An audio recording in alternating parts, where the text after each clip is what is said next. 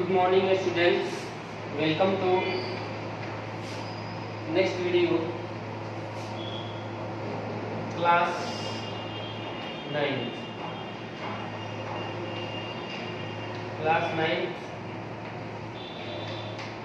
biology। Students हम लोग chapter 14 पढ़ रहे हैं। इसमें चैप्टर 14 देखेंगे नेचुरल रिसोर्सेज। नेचुरल रिसोर्सेज जो होता है प्राकृतिक स्रोत, इसमें इस चैप्टर में हम लोग को नेचुरल रिसोर्सेज के बारे में पढ़ना है। जैसे आप लोग नेचुरल रिसोर्सेज के बारे में जानते होंगे कि जो हमको गॉड के द्वारा गिफ्टेड है, नेचर के द्वारा जो प्राप्त है, उस स्रोत के बारे में हम लोग इस चैप्टर में जानेंगे।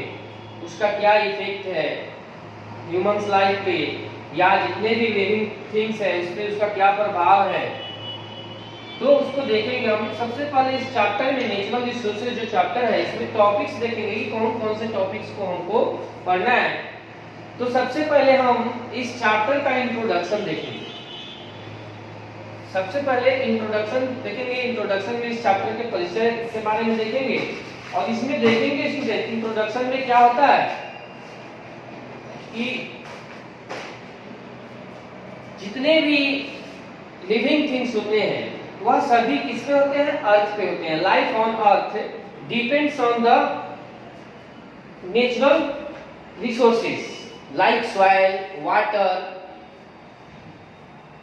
Air and energy of the sun from the sun. मतलब सन से जो एनर्जी प्राप्त होता है उस पर भी हमारा जो लाइफ है वह डिपेंड है। तो इंट्रोडक्शन में देखेंगे। नेक्स्ट में टॉपिक हमारा रहेगा नेचुरल रिसोर्स, प्राकृतिक स्रोत कौन कौन से हैं। उसके बाद देखेंगे सोर्सेज ऑन द अर्थ, अर्थ पे कौन कौन से सोर्स है, स्रोत है। उसके बाद नेक्स्ट में देखेंगे बायोस्फीयर, जैवमंडल के बारे में चर्चा करेंगे बायोस्फीयर।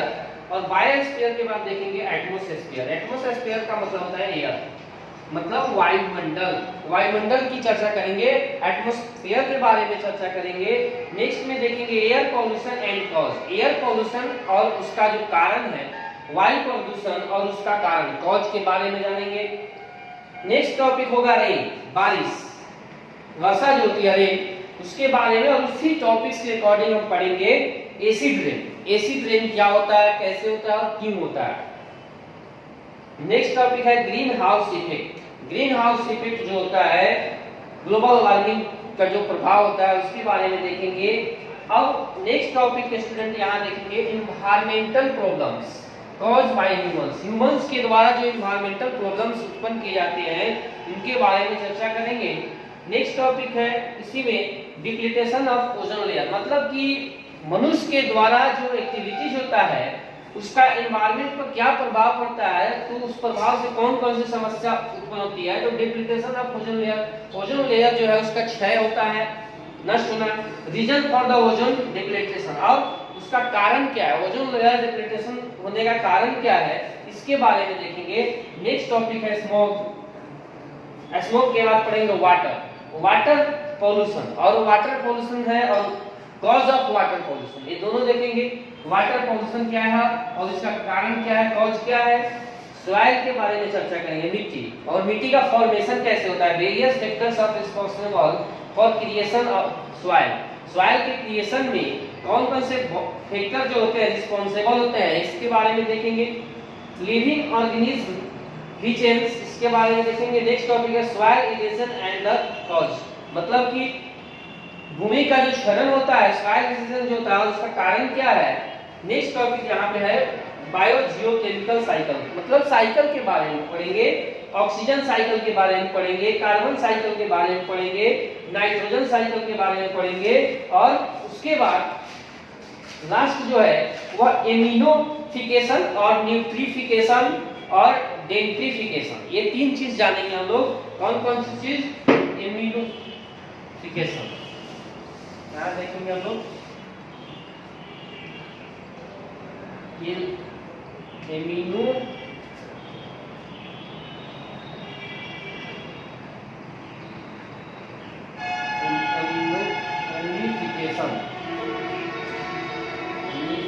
के बारे में देखेंगे। उसके बाद देखेंगे न्यूट्रिफिकेशन,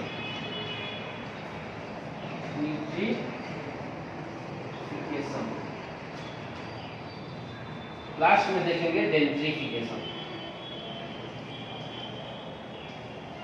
लास्ट में देखेंगे डेंट्रिफिकेशन।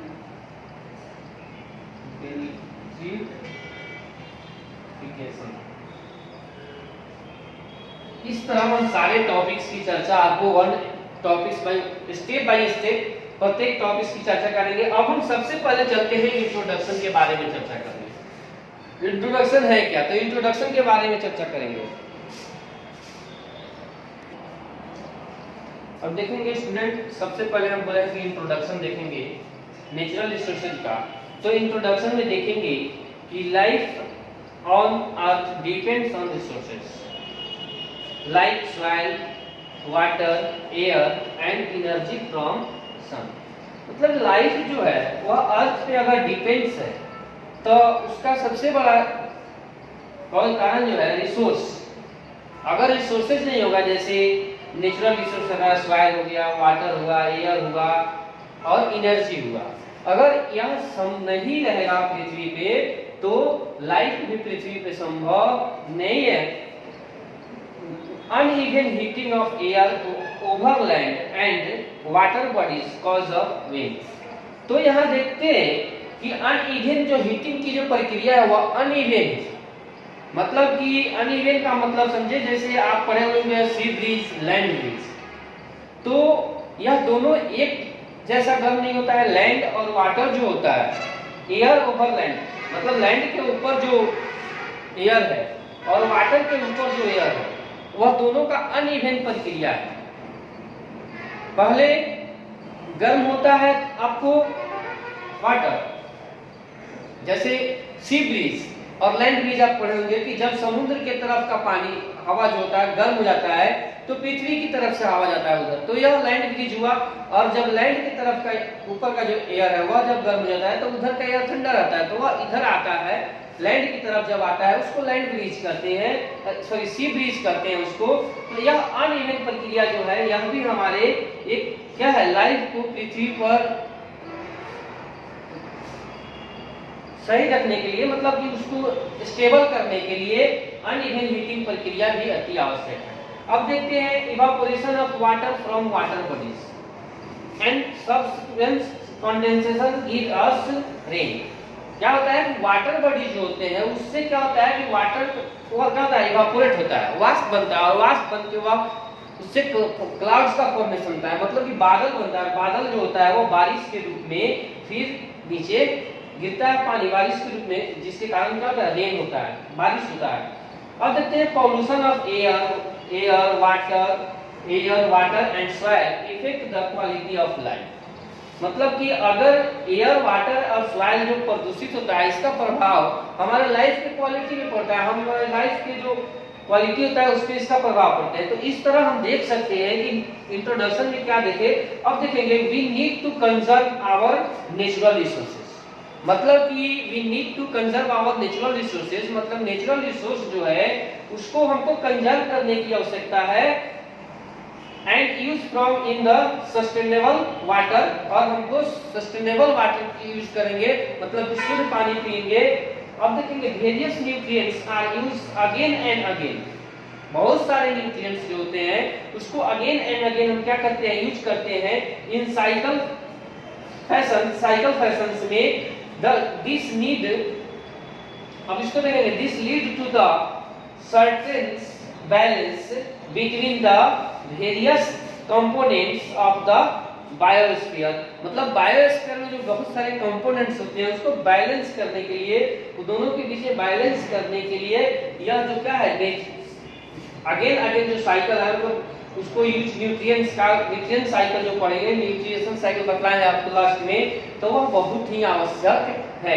अगर यह साइकिल नहीं होगा, जैसे मान लीजिए कि आप एक पढ़े होंगे बैक्टीरिया के बारे में, राइजोबियम बैक्टीरिया क्या करता है, तो हम नाइट्रोजन को डायरेक्ट नहीं ले सकते हैं, उसको इनडायरेक्ट लेते हैं, भोजन से हमको मिलता है, और प्लांट्स को वो एटमॉस्फेयर से लेता है, उसको जड़ में फिक्स कर देता है। जैसे आप जितने भी दलहन प्लांट्स जो होता है, पल्स प्लांट्स, उसके बारे में पढ़े होंगे, तो उसके रूट्स में एक बैक्टीरिया होता है जिसको नाइट्रोजन फिक्सेशन बैक्टीरिया कहा जाता है, वह एक साइकिल का काम करता है। तो इस तरह हम देखें। अब नेक्स्ट टॉपिक देखेंगे नेचुरल रिसोर्सेज।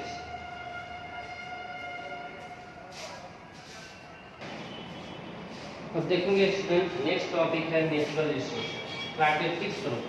तो प्राकृतिक स्रोत के बारे में देखते हैं तो क्या होता है, the resources available on the earth, मतलब कि जो रिसोर्स अर्थ पे अवेलेबल है, and the energy from the sun, जैसे सन से क्या मिलता है, एनर्जी मिलता है, are necessary to meet the basic requirement to all life form on the earth, मतलब कि जितने भी लाइफ है अर्थ पे उसके लिए बेसिक रिक्वायरमेंट है, सन का एनर्जी नेसेसरी है। उसी तरह देखेंगे the stock of nature which are useful to mankind are known as natural resources, examples air, water, soil, minerals. ये जो एयर, वाटर, सॉइल और मिनरल्स जो है, यह जितने भी सजीव प्राणी है सभी के लिए बहुत ही एसेंशियल है। अब देखते हैं नेक्स्ट में रिसोर्सेज ऑन द अर्थ। तो अब इसमें रिसोर्सेज जो होता है उसको देखते हैं। The outer must crust of the earth, earth का जो आउटर मस्ट क्रस्ट लेयर जो है उसको the earth is called lithosphere, उसको क्या बोलते हैं, लिथोस्फीयर कहते हैं। Water cover 70% of the earth, earth का 70% भाग जो है वह वाटर से कवर है। अर्थ का surface it is called found underground, this comprise the hydrosphere, उसको क्या बोलते हैं, हाइड्रोस्फीयर, मतलब कि अंडरग्राउंड भी है वाटर, ऊपर भी है, तो इसको हम लोग हाइड्रोस्फीयर बोलते हैं। अब देखते हैं air, air that cover the whole of the earth, air जो होता है वह पूरे अर्थ को कवर किए हुए है। Like a blankets is called atmosphere, तो उसको हम लोग एटमॉस्फेयर कहते हैं। जैसे आप एटमॉस्फेयर का डेफिनेशन भी पढ़े होइएगा, blanket of air fill, atmosphere मतलब कि हवा से जो बड़ा बना है, वायुमंडल जिसको बोलते हैं। तो इस तरह हम लोग जलमंडल देखिए, इसका मतलब हुआ स्थल मंडल, जलमंडल और वायुमंडल, यह तीन स्टेप में है। ऐसा रिसोर्स है पृथ्वी का जिसको तीन मंडल में बांट दिया गया है, एक वायुमंडल हुआ, जलमंडल हुआ और स्थल मंडल हुआ। तो इस तरह हम लोग नेचुरल रिसोर्स के बारे में देखें। अब नेक्स्ट लेक्चर में हम नेक्स्ट टॉपिक की बात करेंगे, यह आपका लेक्चर नंबर 1 का लेक्चर नंबर 1 है, और सेकेंड में हम चर्चा करेंगे। तो इस तरह आप लोग देखें। Thank you.